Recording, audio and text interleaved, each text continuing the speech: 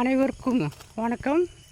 ஞானபிதா பாரம்பரிய மூலிகை மருத்துவத்தின் சார்பாக கோவை கொடி ஒரு அற்புதமான ஒரு மருந்து. இதில் வந்து பார்த்திங்கன்னா நம்ம காட்டில் நிறையா கோவக்கொடியும் பறந்துருக்கு. பொதுவாக வந்து கோபத்தை போர்க்கும் கோவை கொடி அப்படின்றாங்க. இதில் என்னென்ன பகுதி எது என்னென்ன செய்யும்னு சொல்லி நம்ம விரிவாக பார்ப்போம். இந்த பார்த்துக்கிங்க, இது வந்து இப்போ கோவை செடியில் வந்து கோவை கொடியில் வந்து இந்த மாதிரி வெண்மை நிற பூக்கள் தான் பூக்கும். ஏற்கனவே நம்ம பதிவில் போட்டுகிட்டே வரோம். அதிகமாக வெண்மை நிற பூக்கள் புறமே மூளை சம்மந்தப்பட்ட பிரிவு புறமே சரி பண்ணோம்.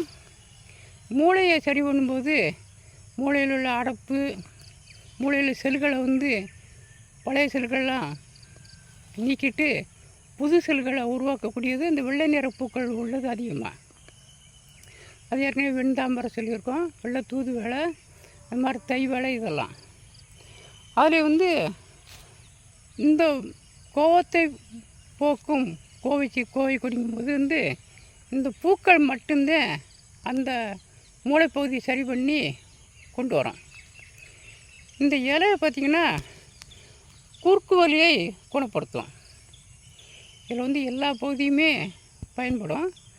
நாங்கள் இந்த இலையை எங்கே பார்த்தாலும் நாங்கள் பறிச்சுட்டு போய் அதை நான் வந்து அதாவது நம்ம முருங்கைக்கீரை மாதிரி பொரியல் செஞ்சு சாப்பிடும்போது இந்த குறுக்கு வலி பார்த்திங்கன்னா அவ்வளோ குயிக்காக குணமாகும்.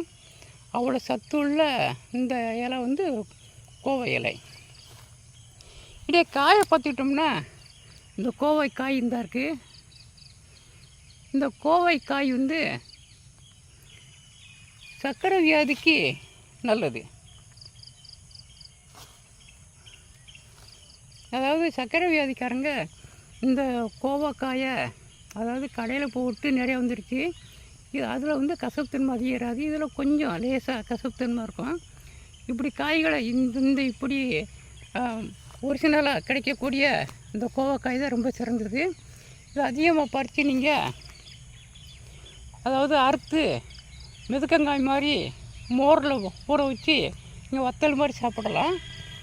நம்ம குழம்புல போட்டு பருப்பு போட்டு சாப்பிடலாம். இப்படி பல முறையில் இப்போ இந்த காயை பயன்படுத்தும் போது இது வந்து நமக்கு சர்க்கரை வியாதியை குணப்படுத்தக்கூடியது. அதே பார்த்திங்கன்னா இந்த பழம் இருக்குது, இந்த கோவை பழம் இருக்குது. இந்த பழம் பார்த்திங்கன்னா ரத்தத்தை ஹீமோகுளோபின் கூட்டக்கூடியதில் ஒரு முக்கியமான பங்கு வகிக்கும். இந்த பழம் நீங்கள் எவ்வளோ கிடைச்சாலும் சரி, நீங்கள் சாப்பிட்றதுக்கும் நல்லா ருசியாகவும் இருக்கும். இந்த கோவைப்பழம் வந்து சாப்பிட்றதுக்கு நல்ல ருசியாக இருக்கும். இந்த கோவைப்பழம் எவ்வளோ கிடைக்கும் நீங்கள் அவ்வளோ பறித்து சாப்பிடுங்க. நம்முடைய ஹீமோகுளோபின் அளவை கூட்டக்கூடியது.